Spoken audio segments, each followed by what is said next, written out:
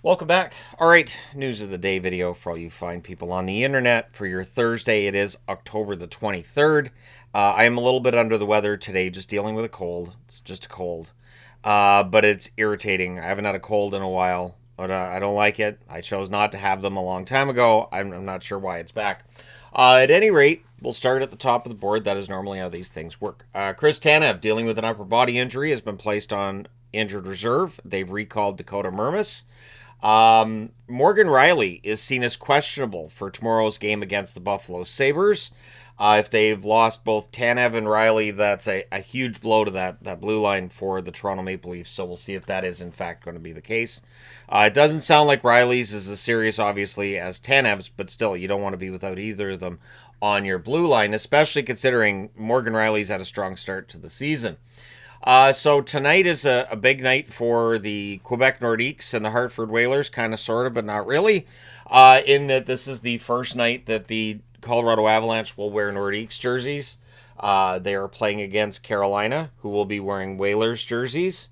It is interesting to see this, and I've seen people that don't like it online, and they'd like to see the Nordiques and the Whalers come back, but in all likelihood, the Whalers and the Nordiques won't be coming back. Not without, at least I would say, another 10 years before we'd see a team back in Quebec City. Because of the timeline of if they're going to expand, I don't think it'll be like a bunch of teams all together. I think it'll be a very spread out expansion, and I think it'll probably start around 2030.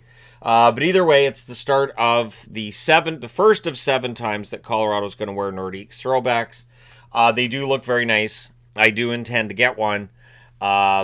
And so, yeah, the Nordiques will be on the ice against the Whalers tonight. And when I do the review, I will use magnets to reflect that, the Whalers and the Nordiques, which kind of makes it fun. Adin Hill, lower body injury. He is week to week for the Vegas Golden Knights. This means that Lindbaum could get a start this weekend.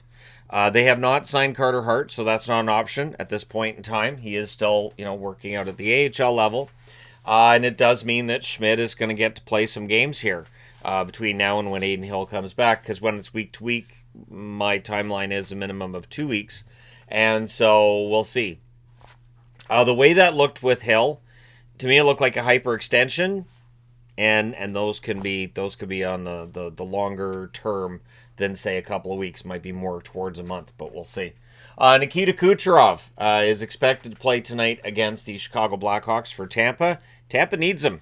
The Tampa Bay Lightning going into this game against Chicago, I kind of see them a little bit as underdogs because the Chicago Blackhawks are playing pretty well. They seem to be pretty confident. We will talk about them again in a moment here, but getting Kucherov back should help Tampa's attack, and hopefully they get their game together soon. Shane Gostisbehere is out for at least the next 2 games for Carolina. He's dealing with a lower body injury. Carolina's also placed Jacob Slavin on injured reserve. So those are 2 defensemen. They don't want to lose either. Not totally dissimilar to Tanev and Rielly for the Maple Leafs in that Slavin's a very good defensive defenseman.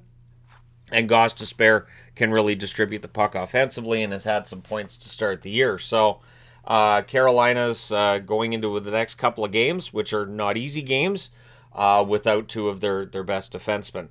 Frank Nazar. So the Chicago Blackhawks are starting to get a little bit of attention for the fact they're off to a decent start, right? Especially comparatively speaking with some of their recent seasons.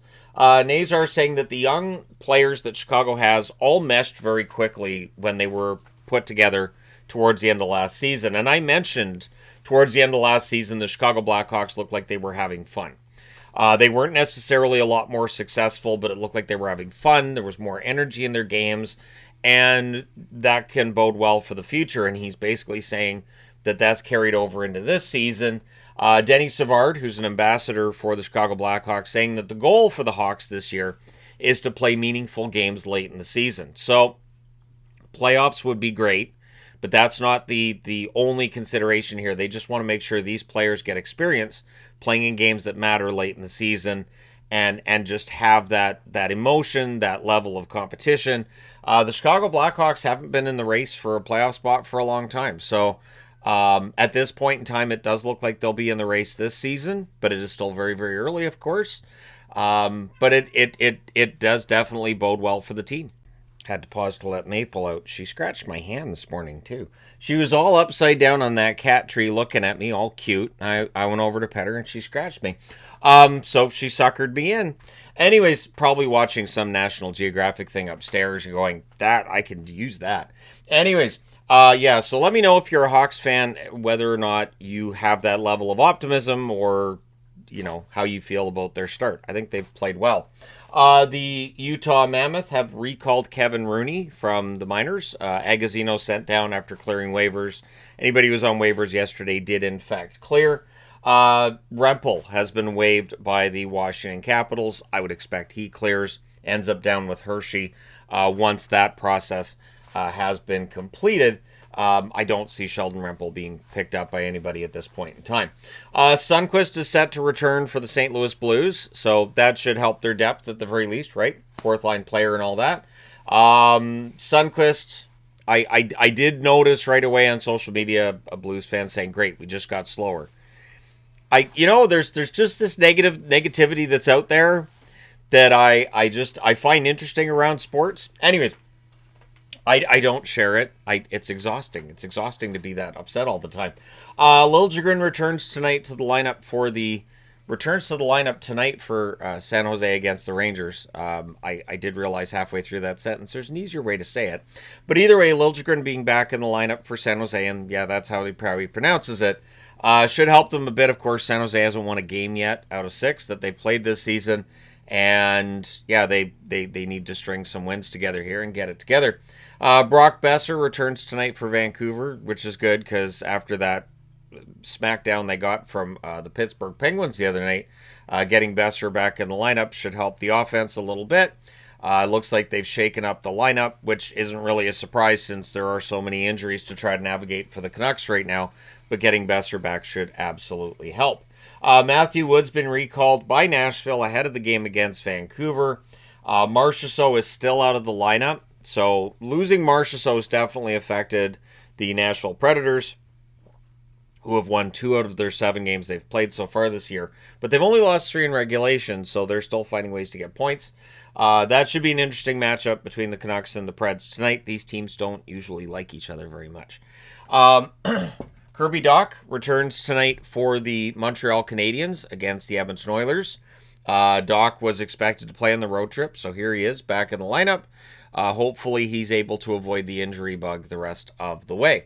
The draft is still being talked about, obviously, with Gavin McKenna playing down in Penn State.